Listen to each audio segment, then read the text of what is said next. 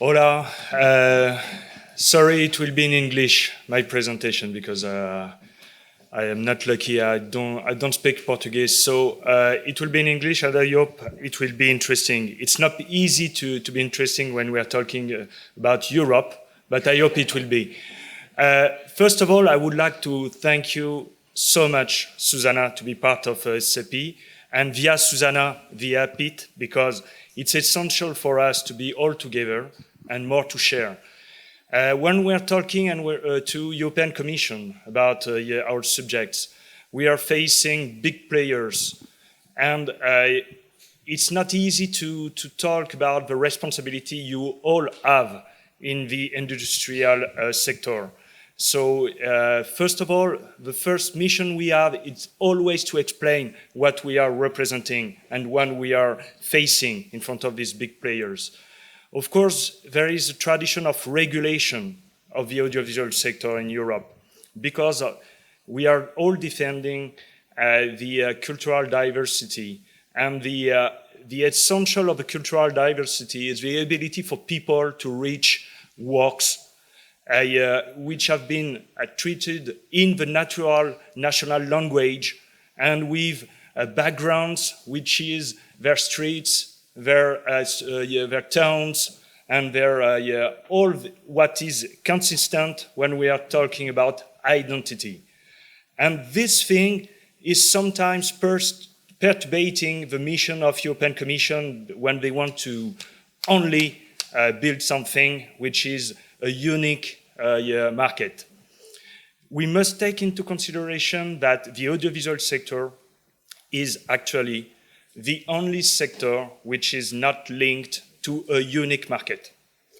In all Europe, since now 60 years, 60, 50, or whatever, it's now unique market for the shoes, for everything, for the industry, for the people.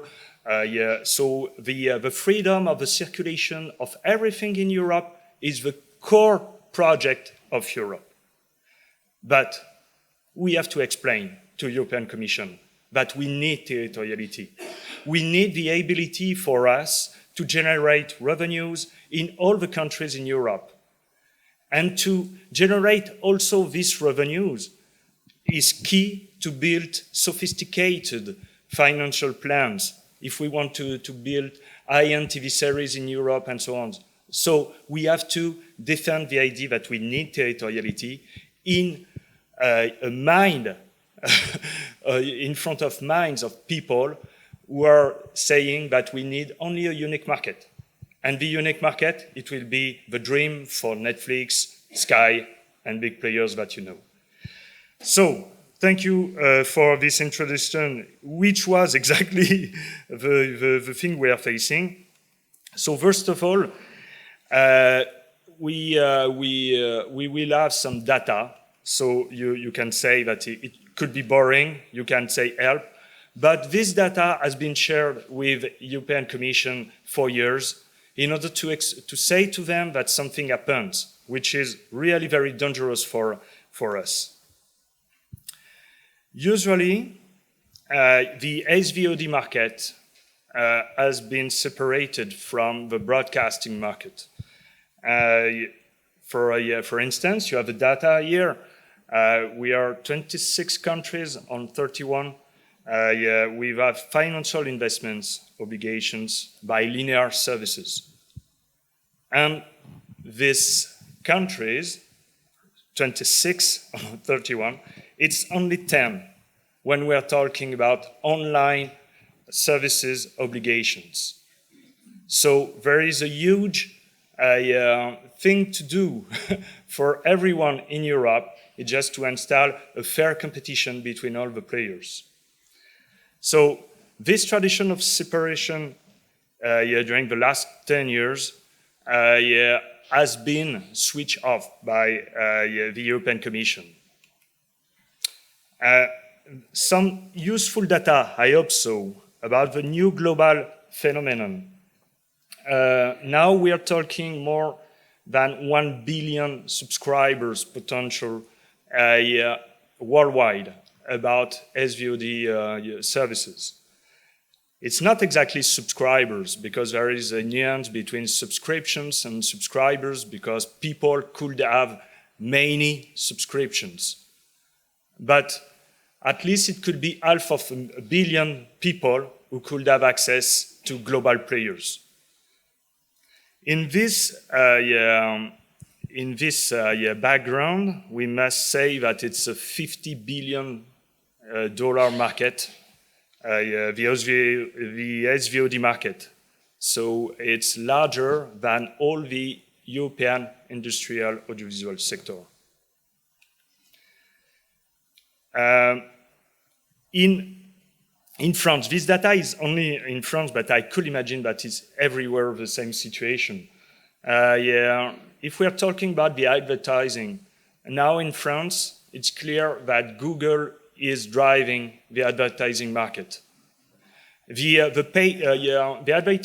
advertising on the television is flat, but the advertising on the net is growing more and more, and the prices, which is key in the advertising, are decided by Google.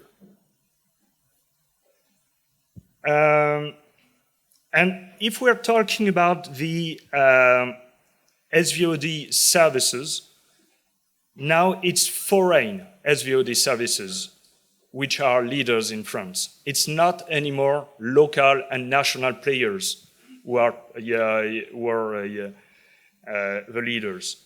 I can imagine that in every country in Europe, of course, the broadcasters, the national broadcasters are the leaders. It's not anymore the case when we're talking SVOD platforms.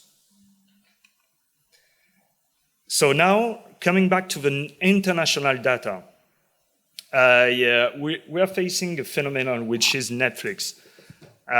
Netflix now is clearly the leader of the big SVOD market. We are expecting maybe more than 200 million subscribers in the world for Netflix. So now they could manage, and I gave you also data coming from Germany, UK, France, 8 million in France, 11 in Germany. So they are driving part of the system now, even if it's a small volume, because the paradox is, in terms of volume of production, they are not so big. It's only focused on high-end TV series and expensive, and they are buying catalogs. So it has generated for all the European production money more in the first time. But we have to take into consideration that now they are a part of the drivers of the markets. Now, if we are considering the investment of Netflix, and we have an interesting comparison with all the public service broadcasters in Europe. Netflix will invest more than all the European public broadcasters in 2020. It is the case now, and the Corp has joined all these investments. Of course, the part of European investments, of this global investment, is unknown, but we can estimate to 40% the investments of this global investment made in Europe by Netflix. And what is pertaining for free-to-air television? It's, of course, the audience. And so, must we consider right now that the SVOD market is totally separated from the free-to-air television? Not at all anymore. Netflix has become the 5th broadcaster in France. Now it's the case. And some evening, they reach the 2nd place.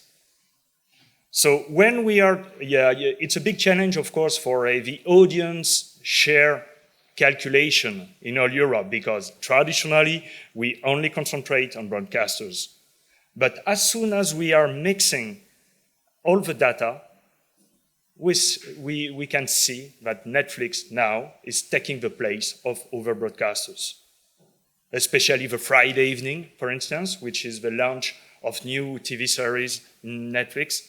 This is a up of the audience for these services. So all this data demonstrate that it's not anymore a separate market. It is a global market. And of course, when we are talking production, the acquisition of the rights is the same market. You are sending to broadcasters or SVOD platforms. So now, a few words about the European legal framework as a new vital protection, which is the title. So, we had tradition of national markets. We all know that the broadcasters are established in the country mainly, and they are mainly invest their income in national or national language works and so on. So now we see that it's a global market driven by extra European services. So of course there are threats in front of that. And the national legal framework is really under a threat. We have a time war driven by the audience. And the time war now is challenged by those services. So this is a threat for the national turnover of national players who are investing in national works. So we all face a crisis of public service in all Europe because partly of that. And of course, huge investments in high-end drama international series. So the problem is the fact that when Netflix is investing in a work, they invest as US. It means no intellectual property rights given to or let to the producer. It means that we are only executive producer, not anymore IP. It means that if we let these players grow and grow without regulation, at midterm, not anymore IP in Europe. Everything will be in the States. In the States, and maybe in China in 10 years, because China is the second market of the SVOD.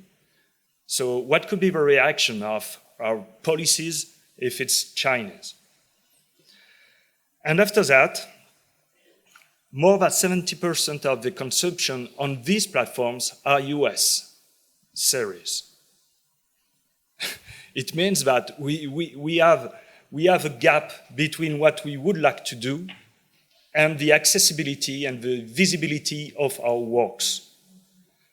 I must say that in CEPI now we are facing the European Commission about big themes, and we are working with Susanna every day about the Brexit issues, but also the ability for us to manage the algorithm.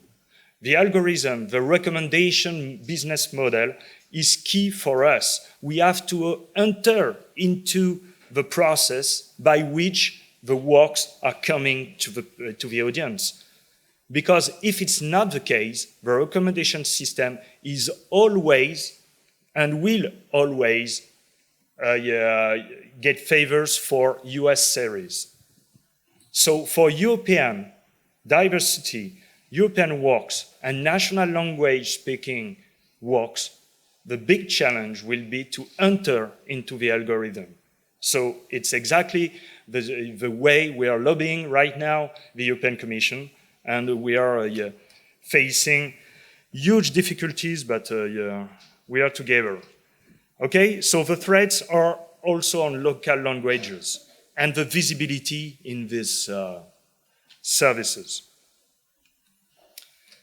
So now it's clear that we have a level playing field problem.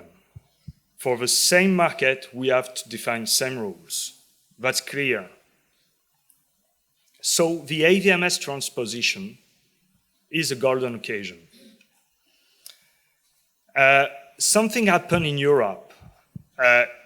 We had AVMS, we had copyright, And with this legal framework, Europe is the first, not country, but I don't know, entity, the first entity who has defined rules for the players, for these players.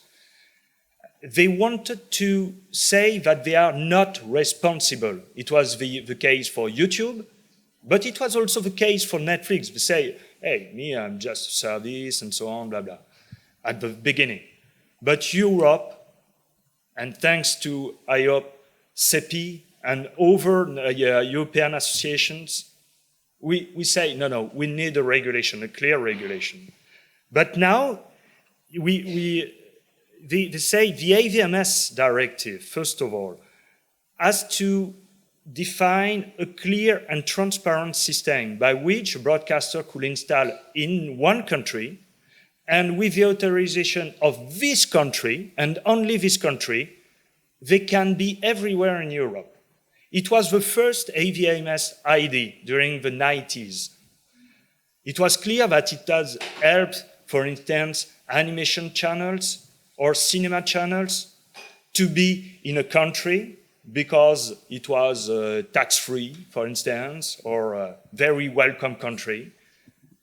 And starting from this point, they have the authorization to be everywhere. Cartoon Networks, Nickelodeon, I don't know if they are in Portugal. They are in France, but they are in London, or they are in other countries. And they are players of our national markets. So it was traditionally useful for thematic channels. So it was not a big impact on national markets, this rule. And now, of course, so it was the logical of country of origin, meaning that if you have the authorization in the country of origin, it's clean everywhere. But now, the AVMS directive, they change the rules. It is the country of destination who has tools in their hands. They can force these players, wherever they are in Europe, to respect their national rules. It means that they have to invest, they have to pay the tax, if there is a tax, for the national public funds. But moreover, they will have to invest in all countries in which there are investment obligations for online services.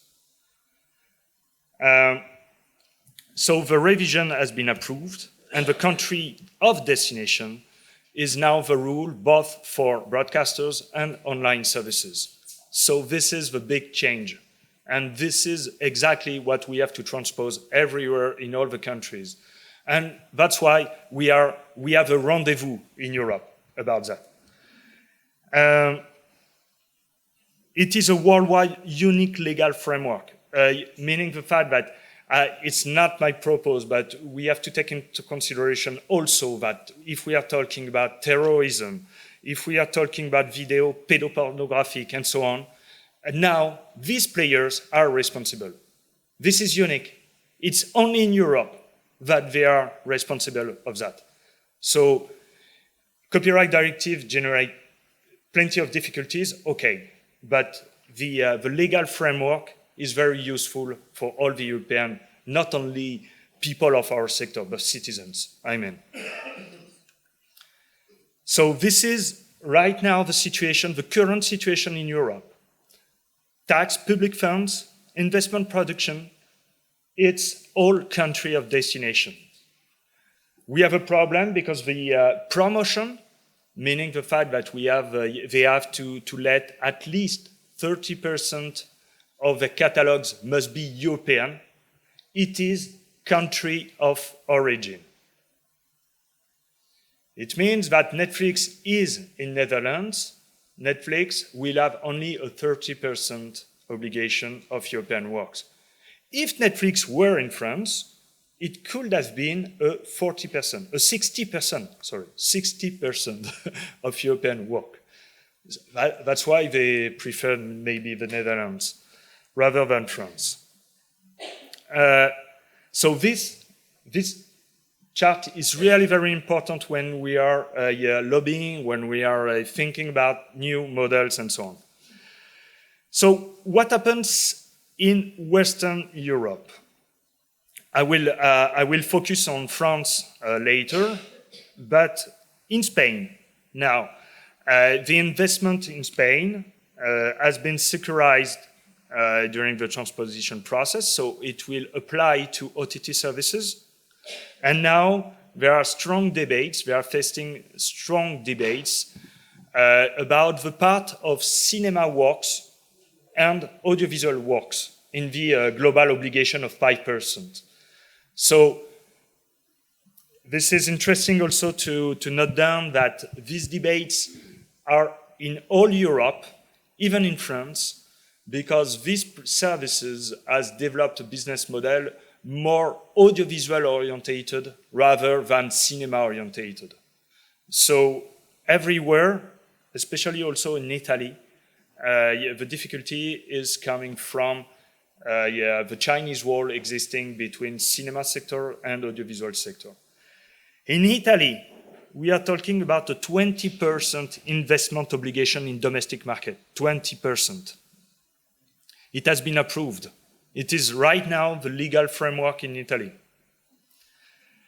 In Belgium they have a specific system by which a player has a choice between paying a tax for the national public fund or directly invest this amount in the Belgium production system. So the transposition process is the occasion for our peers over there to negotiate maybe a 10% rate in comparison of a current 2%. And secondly, they try to impose a pure investment quota. And why do they want to force their government to fix at 10% and to generate an investment quota and not at all a choice between national public funds? Is because they are influenced by the Netherlands. Can you imagine? The Netherlands now are the main influence we could have in Europe. The Netherlands meaning the country of, the welcome Netflix, you can be there. The Netherlands now, something happened which is really very important. The Minister of Culture in Dutchland, Dutch, enfin, you understand me? Over there, the Hollande. They say they have currently a tax, a tax by which people have a small tax in order to finance local public fund and so on. And they say they generate a study, an analysis, and so on and so on. I can imagine plenty of people. And now they say the only thing which is functioning, this is the investment quotas. If we want to involve these players and force them to invest in the local production, and local production meaning the language, national language, it means that we must change our system, and we are, and they declare that they would like to have investment quotas now, and not anymore a tax obligation. And she declared that, Ingrid von Engelshoven. Yes, I say Dutch ministry, but it is Dutch Minister of Culture. And it is really a huge change. Something happened over there which must inspire other countries. It is pretty long, so I'll let you read. Ultimately, we came to the conclusion that an investment obligation is the best form for this. I think it's the key to understand that.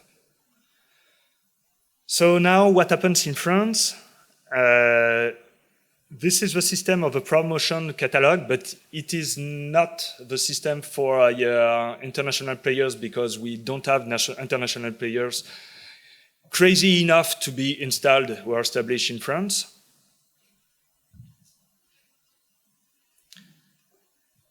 This is the special tax for the CNC, because in France we don't have a choice between tax and investment quotas, we have both.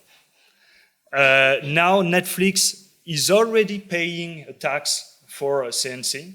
It is already and currently the system, but they had bad news from Paris because you see it was a 2% rate before, and now because of the convergence I was talking about, the Prime Minister decided to install a unique rate between television and online services at 5.15%. So Netflix right now has to invest 15% of the turnover generated in France in order to pay CNC. But, and so you have also maybe interesting data between cinema and television and so on. So now what happens about the investment quotas? Because we have both in France. So at this stage, very bad news also for Netflix and Co, Amazon and so on, because the French ministry declared that they could be submitted to a 25% of their turnover generated in France in order to be invested in French production. This is very particular in France because all these things has been established by the French Ministry of Culture in order to force us to negotiate terms of trade all together. Can you imagine that we are now discussing with Netflix about the limited duration of a right? Limited duration of a right. It means that if they want to have the same level playing field with broadcasters, and to be honest, it's more the national broadcaster who would like to have a level playing field with Netflix, we begin to explain to Netflix France that now they will have to limit the duration of a right when they are dealing with a French producer. And they say, okay, limited 20 years. We say maybe 18 months. No, 18 months, yes, 18 months. I will explain that. What is the difference between the 16% and the 25%? This is linked to the quantity of cinematographic and audiovisual work in the catalogue. We are not sure at this stage that this data could be, at the end of the day, in the law, because it is already discussed by the platforms. But this is currently the project. I'm not entering into the detail. The problem is also in France the fact that the Chinese wall between cinema and audiovisual sector is becoming this modulation, a barrier, yes, but not at all a Chinese wall. Now we have also problems because it's not only a question of quantity, it's also a question of quality of the investment. By quality, I mean if you have to invest 20% of your turnover, but with no obligation, no sub-quota, no conditions in order to work with independent producer, it means that you can invest it as a US player, meaning the fact that you keep all the IP and so on. So we are working with the French ministry about the quality. And the quality for us is linked to the sub-quota of independent production. So if I take all the system in consideration, 25% of the turnover generated by Netflix in France must be invested in France, but 50% of this global investment must be invested in independent production. And what are the conditions of investment, independent production? This is these 4 legs.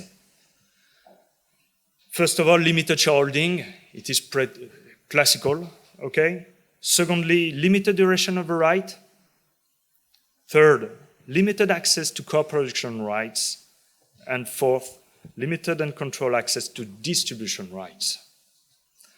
And this is, for us, the condition of a good protection for the independent production. And so the French ministry has declared that starting from these 4 legs, it will help and protect more the independent production. So the definition in France could be, in the blue part of the slide, it means that no participation at all, direct or indirect, in the companies. Secondly, 18 months, limited duration of the right, 18 months, declared. Thirdly, no access to co-production, only pre-sales. And fourth, no access to distribution rights. You know, no gun on the head in order to say, yes, I give you the distribution rights. Of course, this definition strengthened, it is, in the mind of the French Ministry of Culture, a swap currency, meaning the fact that the interprofessional agreements that our national association will have to negotiate with these players, it will be the possibility we have to play with all these criteria, maybe to give 60 months, but if they invest more in the independent production. You see what I mean? It's pretty complicated, but it is French. So, as a conclusion, you have everybody in every country has a train to take. And now the train is at the station because we are negotiating the guidelines. It's awful also, these guidelines, because they want to define the low audience very high, so high that plenty of broadcasters could exit of the regulation, which is a paradox. But if the countries do not benefit from the transposition process, they could have problems in the years to come to take this train, because the train will be very fast. The problem is when you have 20% in Italy, when you have 25% in France, and when you have a global player, they could think that they have to invest X million euros in Europe, okay? But if they have facing countries in which they have big investment quotas, the problem could be for limitrof countries, because they could choose to invest in these regulated countries rather than in non-regulated countries. So the threat is now, could be a force for you if everybody is generating new online services investment quotas. The movement could be European. So I think I finished. Sorry, I was long.